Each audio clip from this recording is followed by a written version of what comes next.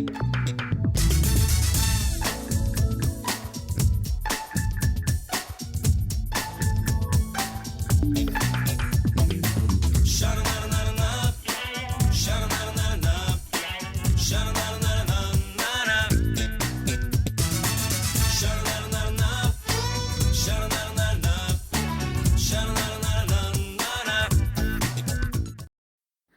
morning to all and welcome to our biology class.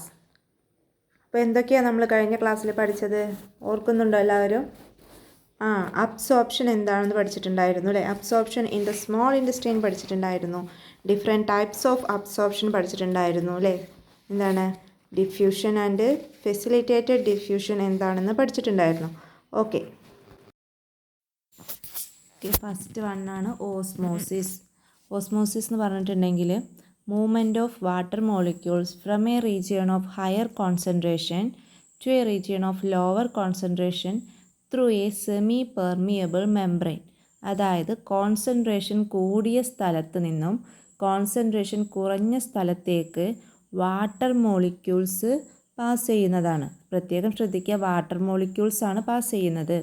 Through a semi permeable membrane എന്ന് പറഞ്ഞിട്ടുണ്ട് അല്ലേ? അതായത് ഒരു സെമി പെർമിയബിൾ അല്ലെങ്കിൽ എന്താണ് സെലക്റ്റീവ്ലി പെർമിയബിൾ മെംബ്രെയിൻ എന്ന് പറയും. എല്ലാത്തിനെയും കടത്തിവിടില്ല, ചിലതിനെ മാത്രം കടത്തിവിടുന്നതിനെയാണ് നമ്മൾ എന്ത് പറയുന്നത്, സെമി പെർമിയബിൾ മെംബ്രെയിൻ എന്ന് പറയുന്നത്. ഓക്കെ, അപ്പോൾ ഇത് ഏതിൽ മാത്രമാണ് അപ്ലിക്കബിൾ ആയിട്ടുള്ളത്? Only to water molecules. ജലതന്മാത്രകളിൽ മാത്രമാണ് ഓസ്മോസിസ് എന്ന പ്രക്രിയ വഴി എന്ത് നടക്കുന്നത്, അബ്സോർപ്ഷൻ നടക്കുന്നത്. ഓക്കെ, അടുത്ത് നമ്മൾ പറയാൻ പോകുന്നത് ആക്റ്റീവ് ട്രാൻസ്പോർട്ട് എന്ന മെത്തേഡാണ്. ഈ ആക്റ്റീവ് ട്രാൻസ്പോർട്ട് നടക്കുന്നത് എങ്ങനെയെന്ന് നോക്കാം. Molecules are absorbed from a region of lower concentration to a region of higher concentration by utilising energy and with the help of carrier protein. അതായത് ഇതും നമ്മൾ പറഞ്ഞ പോലെ തന്നെ എങ്ങനെയാണ്, കോൺസെൻട്രേഷൻ ഗ്രേഡിയൻറ്റിനനുസരിച്ചിട്ടാണ് അല്ലേ?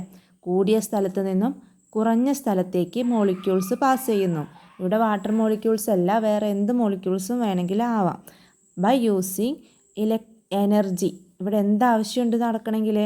എനർജി ആവശ്യമുണ്ട്. മാത്രമല്ല വേറൊരാളുടെ ഹെൽപ്പ് കൂടെ വേണം. ആരാണ്? പ്രോട്ടീൻ. ഒരു പ്രോട്ടീൻ്റെ ഹെൽപ്പോട് കൂടി എനർജി യൂസ് ചെയ്തിട്ട് നടക്കുന്ന പ്രോസസ്സാണ് ഇത് active transport.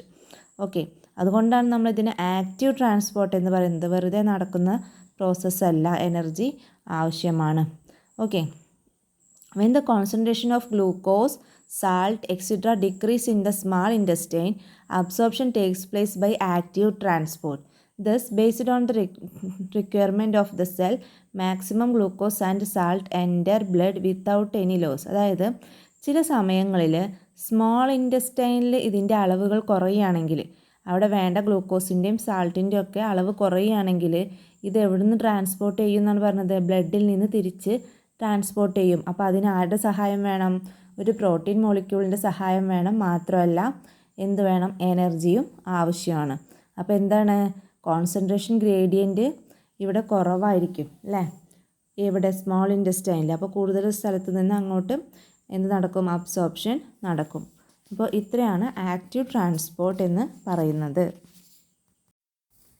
Next topic, absorption in large intestine. In and out of large intestine. അപ്പോൾ നമുക്കറിയാം ലാർജ് ഇൻറ്റസ്റ്റൈൻ എന്ന് പറഞ്ഞാൽ പേരിൽ മാത്രമാണ് ലാർജ് എന്നുള്ളത് അല്ലേ? നീളം കൂടിയത് ഏതാണ്?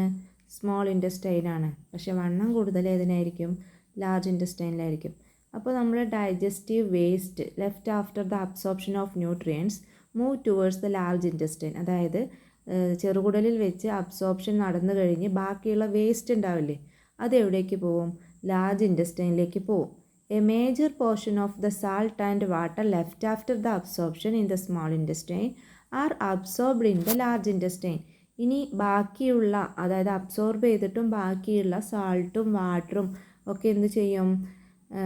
അതൊക്കെ ഈ ലാർജ് ഇൻറ്റസ്റ്റൈനിൽ വെച്ചിട്ടാണ് അബ്സോർപ്ഷൻ നടക്കുന്നത് ബ്ലഡിലേക്ക്.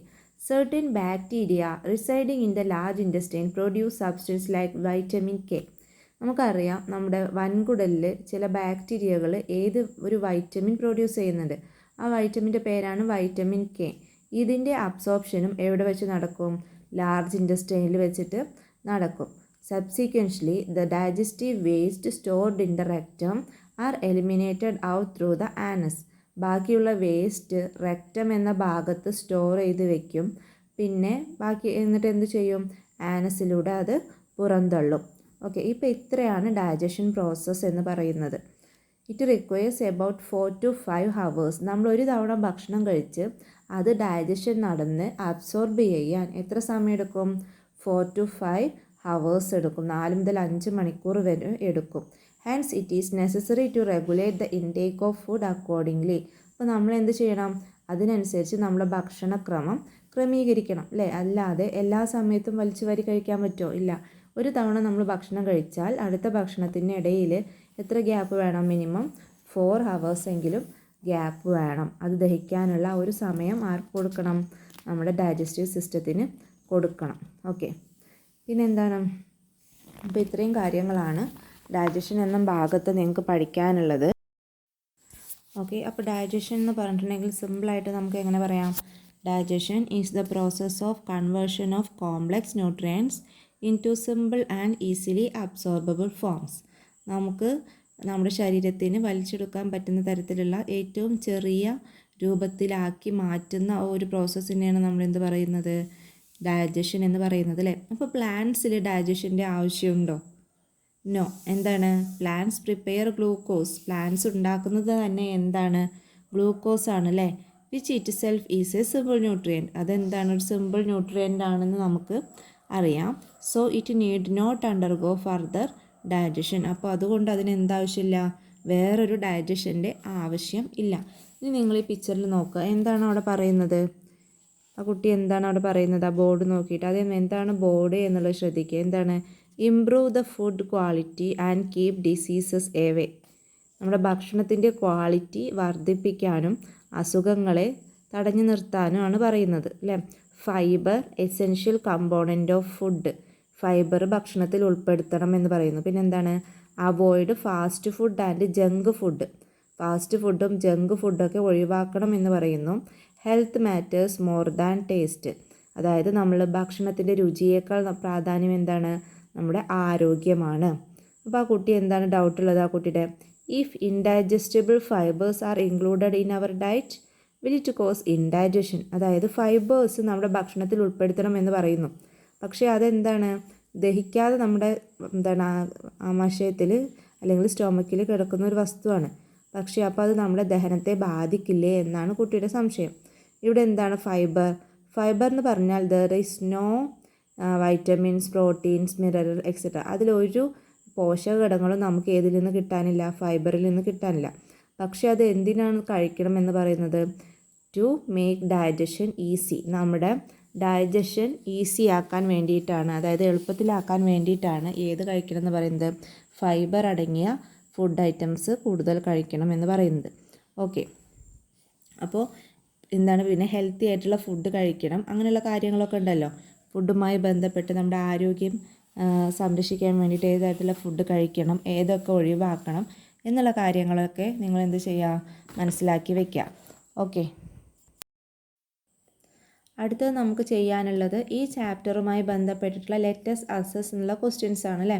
അപ്പോൾ ആകെ 3 ക്വസ്റ്റ്യൻസേ ഉള്ളൂ. അത് നോക്കാം. സിമ്പിൾ ക്വസ്റ്റ്യൻസ് ആണ്. തനിയെ ചെയ്യാൻ ശ്രമിക്കുക കേട്ടോ. Identify the correct statement related to bile. Bile നമ്മൾ പഠിച്ചിട്ടുണ്ട് അല്ലേ?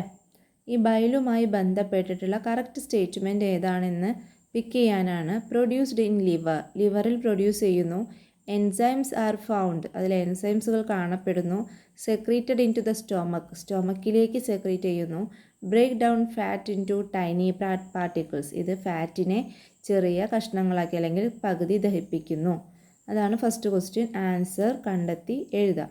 Okay, next complete the table related to the process of digestion in humans. അതായത് മനുഷ്യനിലെ ദഹനവുമായി ബന്ധപ്പെട്ടുള്ള ഒരു ടേബിളാണ് ഇത്. നിങ്ങൾക്ക് കംപ്ലീറ്റ് ചെയ്യാം അല്ലേ? പാർട്സ് ഓഫ് ഡൈജസ്റ്റീവ് ട്രാക്ട് കൊടുത്തിട്ടുണ്ട്. എൻസൈം ഏതാണെന്ന് എഴുതണം. ആക്ഷൻ എന്താണെന്ന് എഴുതണം. അപ്പോൾ മൗത്തിലെ ഒരു എൻസൈമിൻ്റെ പേരാണ് എഴുതുന്നത്. ആ എൻസൈമിൻ്റെ ഫങ്ഷൻ അവിടെ കൊടുത്തിട്ടുണ്ട്. സ്റ്റാർച്ചിനെ മാൾട്ടോസ് ആക്കി മാറ്റുന്നു. അപ്പോൾ അവിടെ എൻസൈമിൻ്റെ പേര് എഴുതാം. അടുത്തത് part of digestive tract pepsin. എവിടെയാണ് പെപ്സിൻ കാണപ്പെടുന്നത് എന്ന് എഴുതുക. അതിൻ്റെ ഫങ്ഷൻ എഴുതാം. അടുത്ത സ്മോൾ ഇൻറ്റസ്റ്റൈനിലാണ് ട്രിപ്സിൻ കാണപ്പെടുന്നത്. ട്രിപ്സിൻ്റെ ഫങ്ഷൻ എന്താണെന്ന് എഴുതാം. അടുത്ത പാങ്ക്രിയാറ്റിക് ലിപ്പേസ് കൊടുത്തിട്ടുണ്ട്. ഇത് എവിടെ കാണപ്പെടുന്നു, അതിൻ്റെ ഫങ്ഷൻ എന്താണെന്ന് എഴുതാം. ഓക്കെ, സിമ്പിൾ അല്ലേ. Next question, how does the structure of the small intestine help in increasing the surface area of absorption? Small ഇൻറ്റസ്റ്റൈൻ്റെ സ്ട്രക്ചർ എങ്ങനെയാണ് അബ്സോർപ്ഷൻ ഏരിയ ഇൻക്രീസ് ചെയ്യാൻ ഹെൽപ്പ് ചെയ്യുന്നത്? നമ്മൾ പഠിച്ചിട്ടുണ്ടായിരുന്നു, വില്ലസ് എന്നുള്ള സ്ട്രക്ചറിനെ കുറിച്ചിട്ടൊക്കെ പഠിച്ചിട്ടുണ്ടായിരുന്നു. അപ്പോൾ ആ കാര്യങ്ങളാണ് എഴുതേണ്ടത്. ഓക്കെ, അപ്പോൾ ഇത്രയാണ് ഈ ഒരു ചാപ്റ്ററിൽ നമുക്ക് പഠിക്കാനുള്ളത്. അപ്പോൾ നന്നായി പഠിക്കുക, തന്ന വാക്കുകൾ ചെയ്യാം. അപ്പോൾ ഇനി നമുക്ക് മൂന്നാമത്തെ ചാപ്റ്റർ സ്റ്റാർട്ട് ചെയ്യാം. മൂന്നാമത്തെ ചാപ്റ്ററിൻ്റെ പേരാണ് simple nutrients into cells. Simple nutrients into cells. അവിടെ 2 കുട്ടികളുണ്ട്. അവരുടെ ഡൗട്ടാണ്. എന്താണ് doubt? Simple nutrients reach cell through blood. If so does blood enter cell? അതായത് നമ്മൾ പഠിച്ചു സിമ്പിൾ ന്യൂട്രിയൻസ് എന്ത് ചെയ്യുന്നുണ്ട്, സെല്ലുകളിൽ എത്തുന്നത് ബ്ലഡ് വഴിയാണ്. ബ്ലഡിലേക്കാണ് ആദ്യം അബ്സോർബ് ചെയ്യുന്നത് എന്ന് പഠിച്ചു. അപ്പോൾ എന്താണ് അവിടെ ഡൗട്ട്? ബ്ലഡ് സെല്ലുകളിലേക്ക് പ്രവേശിക്കുന്നുണ്ടോ, അതായത് നമ്മുടെ കോശങ്ങളിലേക്ക് രക്തം പ്രവേശിക്കുന്നുണ്ടോ എന്നുള്ളതാണ് അവരുടെ ഡൗട്ട്. അപ്പോൾ എന്താണ്, don't you have doubts like these? ഇതുപോലൊരു ഡൗട്ട് നിങ്ങൾക്കുണ്ടോ? അതായത് എങ്ങനെയായിരിക്കാം ഈ ബ്ലഡിൽ നിന്നും ന്യൂട്രിയൻസ് സെല്ലുകളിൽ എത്തുന്നത് എന്നുള്ളത് അല്ലേ.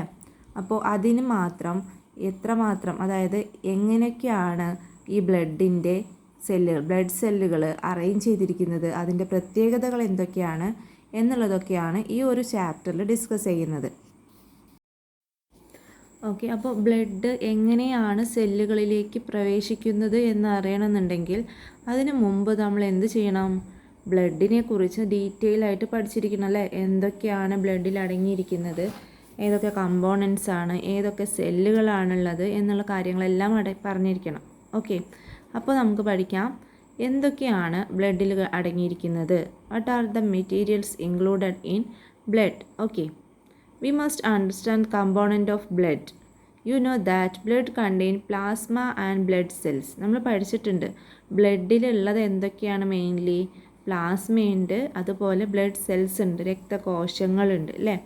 But they cannot be distinguished in a single glance. പക്ഷെ നമുക്ക് ബ്ലഡ് എടുത്ത് നോക്കിയാൽ അതിൽ പ്ലാസ്മയുണ്ട്, ബ്ലഡ് സെൽസ് ഉണ്ട് എന്നൊക്കെ മനസ്സിലാക്കാൻ കഴിയുമോ?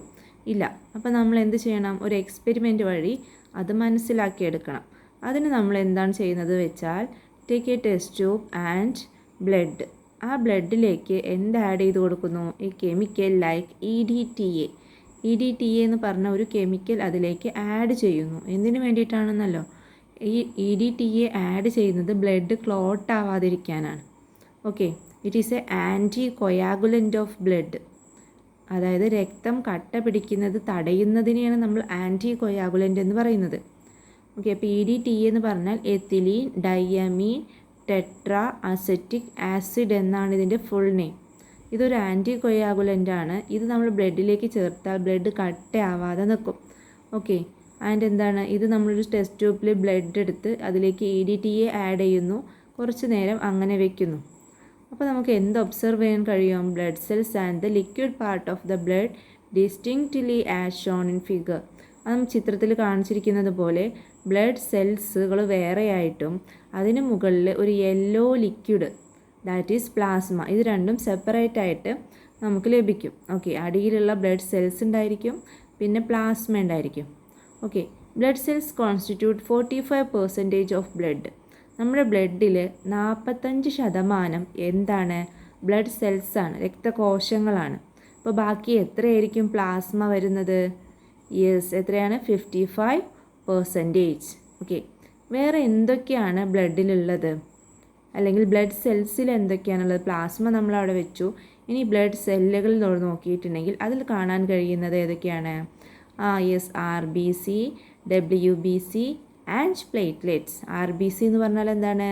റെഡ് ബ്ലഡ് സെൽസ് അല്ലേ, ചുവന്ന രക്തകോശങ്ങൾ. WBC എന്ന് പറഞ്ഞാൽ white blood cells. White blood cells എന്ന് പറഞ്ഞാൽ എന്താണ്? ശ്വേത രക്തകോശങ്ങൾ അല്ലെങ്കിൽ വെളുത്ത രക്തകോശങ്ങൾ. പിന്നെ കാണുന്നത് പ്ലേറ്റ്ലെറ്റുകളാണ്. പ്ലേറ്റ്ലെറ്റുകൾ അറിയാലോ, രക്തം കട്ട പിടിക്കാൻ സഹായിക്കുന്നു എന്നൊക്കെ പറഞ്ഞിട്ട് നമ്മൾ പഠിച്ചിട്ടുണ്ട് ചെറിയ ക്ലാസ്സിൽ. ഓക്കെ, അപ്പോൾ ഈ ബ്ലഡ് സെൽസിൽ ഓരോന്നിനും ഓരോ ഫങ്ഷൻ ഉണ്ട്. Okay, plasma play a major role in the transport of simple nutrients. ഇനി നമ്മൾ പഠിച്ച സിമ്പിൾ ന്യൂട്രിയൻസിൻ്റെ ട്രാൻസ്പോർട്ട് നടത്തുന്നത് ആരാണ് മെയിനായിട്ട് നടത്തുന്നത്? പ്ലാസ്മയാണ്. ഓക്കെ, അപ്പോൾ നമുക്ക് ആദ്യം ആരെക്കുറിച്ച് പഠിക്കണം? പ്ലാസ്മയെക്കുറിച്ച് പഠിക്കണം. എന്താണ് പ്ലാസ്മ എന്ന് പറഞ്ഞിട്ടുണ്ടെങ്കിൽ, plasma is the yellow coloured fluid that constitute 55% of blood. നമ്മുടെ രക്തത്തിൽ 55% കാണുന്നത് പ്ലാസ്മയാണ്. ഇതിൻ്റെ കളർ എന്ന് പറഞ്ഞാൽ പെയിൽ യെല്ലോ കളറാണ്, മഞ്ഞ നിറത്തിലുള്ള ഒരു ഫ്ലൂയിഡാണ് ഏതെന്ന് പറയുന്നത്? പ്ലാസ്മ. നിങ്ങൾ ശ്രദ്ധിച്ചിട്ടുണ്ടാവും, കയ്യിൽ മുറിവൊക്കെ ആയി കഴിഞ്ഞാൽ ആദ്യമൊക്കെ നല്ല ബ്ലഡ് ഇങ്ങനെ വന്നുകൊണ്ടിരിക്കും, പിന്നെ കുറേ കഴിയുമ്പോൾ ഒരു യെല്ലോ ഫ്ലൂയിഡ് വരും. അതെന്താണ്? ഈ പ്ലാസ്മയാണ്. Okay, blood cells are found in the plasma. ഈ പ്ലാസ്മയിലാണ് എന്ത് കാണുന്നത്? മറ്റുള്ള രക്തകോശങ്ങൾ കാണുന്നത്. അതങ്ങനെ വേറിട്ട് നിൽക്കുകയാണോ ചെയ്യുന്നത് നമ്മുടെ ശരീരത്തിലല്ല, രണ്ടും കൂടെ മിക്സ് ചെയ്തിട്ടാണ് കാണുന്നത് അല്ലേ. അപ്പോൾ അതിൽ ഫ്ലൂയിഡ് പാർട്ടാണ് ഏത്? പ്ലാസ്മ എന്ന് പറയുന്നത്. ഓക്കെ, പിന്നെ എന്താണ്? The simpler molecules formed as A result of digestion, namely glucose, amino acid, fatty acid, glycerol etcetera reach cell through the plasma. അതായത് നമ്മൾ കഴിച്ച ഭക്ഷണം ദഹിച്ചിട്ടുണ്ടാകുന്ന സിമ്പിൾ ന്യൂട്രിയൻസ് ഉണ്ടല്ലോ, glucose, amino acid, fatty acid, glycerol, ഇതൊക്കെ നമ്മുടെ പ്ലാസ്മയിലേക്കാണ് എത്തുന്നത്. പ്ലാസ്മയിൽ നിന്ന് എവിടെ എത്തും? നമ്മുടെ സെല്ലുകളിൽ, കോശങ്ങളിൽ എത്തും. Okay, with the help of the indicators analyse the illustration and എന്ത് ചെയ്യാം? ഈ ഒരു താഴെ കൊടുത്തിരിക്കുന്ന ഒരു പിക്ചർ ഉണ്ട്, അത് നിങ്ങൾക്ക് തന്നെ അത് അനലൈസ് ചെയ്യാവുന്നതാണ് അല്ലേ. എന്തൊക്കെ കാര്യങ്ങളാണ് അതിൽ പറയുന്നത്? പ്ലാസ്മയിലുള്ള ഘടകങ്ങളാണ്. ഏതൊക്കെയാണ് പ്ലാസ്മയിലുള്ളത്? പ്ലാസ്മയിൽ വാട്ടർ ഉണ്ട്, 90-92%, 90 മുതൽ 92% എന്താണുള്ളത്? വാട്ടറാണുള്ളത് അല്ലേ. പിന്നെ പ്രോട്ടീൻ ഉണ്ട് 7-8%, അതേഴ്സ്, ബാക്കിയുള്ള കുറേ കാര്യങ്ങളുണ്ട് പ്ലാസ്മയിൽ. അപ്പോൾ പ്ലാസ്മയിലുള്ള വാട്ടർ ഏറ്റവും കൂടുതൽ എന്താണുള്ളത്? വാട്ടറാണുള്ളത്. പിന്നെ പ്രോട്ടീൻ, ഏതൊക്കെയാണ് പ്ലാസ്മ പ്രോട്ടീൻ എന്ന് നമുക്ക് പഠിക്കണം. ആൽബുമിൻ, ഗ്ലോബുലിൻ, ഫൈബ്രിനോജൻ, ഇതൊക്കെയാണ് പ്ലാസ്മയിൽ അടങ്ങിയിരിക്കുന്ന പ്രോട്ടീൻസ് എന്ന് പറയുന്നത്. ഓക്കെ, പിന്നെ പഠിക്കാനുള്ളത് അതർ ഫാക്ടേഴ്സ്. ഏതൊക്കെയാണ് other factors? Fat, salt, urea, sugar, hormones, ഇതൊക്കെ എന്തിലടങ്ങിയിട്ടുണ്ട്? പ്ലാസ്മയിൽ ഉണ്ട്. ഓക്കെ, ഇനി ഓരോന്നിൻ്റെ ഫങ്ഷൻ നമുക്ക് പഠിക്കാനുണ്ട്. അതാണ് ഏറ്റവും ഇമ്പോർട്ടൻ്റ് ആയിട്ടുള്ളത്, പ്ലാസ്മ പ്രോട്ടീനുകളുടെ ധർമ്മങ്ങൾ. അപ്പോൾ ആൽബുമിൻ, ഗ്ലോബുലിൻ, ഫൈബ്രിനോജൻ, ഇതൊക്കെയാണ് ഏത്? പ്ലാസ്മ പ്രോട്ടീനുകൾ. ആൽബുമിൻ്റെ ഫങ്ഷൻ എന്താണ്? റെഗുലേറ്റ് ബ്ലഡ് പ്രഷർ, നമ്മളുടെ രക്തസമ്മർദ്ദം കൂടാതെയും കുറയാതെയും നിർത്തുന്നത്, റെഗുലേറ്റ് ചെയ്യുന്നത് ആരാണ്? ആൽബുമിനാണ്. അപ്പോൾ ഫങ്ഷൻ ഓഫ് ആൽബുമിൻ ചോദിച്ചാൽ റെഗുലേറ്റ് ബ്ലഡ് പ്രഷർ. ഇനി എന്താണ് function of globulin? Help in defence, അതായത് രോഗപ്രതിരോധം, നമുക്ക് രോഗങ്ങൾ വരാതെ സംരക്ഷിക്കുന്നത്, രോഗകാരികളിൽ നിന്ന് സംരക്ഷിക്കുന്നത് ആരാണ്? ഗ്ലോബുലിനാണ്. അടുത്തത് fibrinogen. Fibrinogen play a major role in the coagulation of blood, അതായത് നമ്മുടെ രക്തം കട്ട പിടിക്കാൻ സഹായിക്കുന്ന ഒരു പ്ലാസ്മ പ്രോട്ടീനാണ് ഇത്? ഫൈബ്രിനോജൻ. അപ്പോൾ അവിടെ ഫൈബ്രിൻ എന്ന് പറയുമ്പോൾ തന്നെ എന്താണ്? നാര് എന്നാണ് അർത്ഥം അല്ലേ. അപ്പോൾ നമുക്കൊരു കയ്യിലൊരു മുറിവ് പറ്റിയിട്ടുണ്ടെങ്കിൽ അവിടെ രക്തം കട്ട പിടിക്കാൻ വേണ്ടിയിട്ട് എന്ത് ചെയ്യുന്നറിയോ? കുറേ നൂലുകൾ പോലെയുള്ള ഫോം ചെയ്യും, ഫൈബേഴ്സ് ഫോം ചെയ്യും. ഈ ഫൈബേഴ്സ് ഫോം ചെയ്യുന്നത് ആരാണ്? ഫൈബ്രിനോജനാണ്. ഓക്കെ, ഇവർ മാത്രമല്ല, അതിന് സഹായിക്കുന്ന ഒരുപാട് പേരുണ്ട്, നമുക്ക് വഴിയെ പഠിക്കാം എങ്ങനെയാണ് രക്തം കട്ട പിടിക്കുന്നത് എന്നുള്ള പ്രോസസ്സ്. ഓക്കെ, അപ്പോൾ ഫൈബ്രിനോജൻ്റെ ഫങ്ഷൻ എന്താണ്? Major role in the coagulation of blood. Coagulation എന്ന് പറഞ്ഞിട്ടുണ്ടെങ്കിൽ രക്തം കട്ട പിടിക്കുക. ഓക്കെ, അതിന് സഹായിക്കുന്നതാണ് ഫൈബ്രിനോജൻ. റെഡി? ഓക്കെ, അപ്പോൾ ഇന്നെടുത്ത കാര്യങ്ങൾ അത്രയും നന്നായിട്ട് പഠിക്കുക, നോട്ട് എഴുതുക. Okay, thank you. Have A nice day.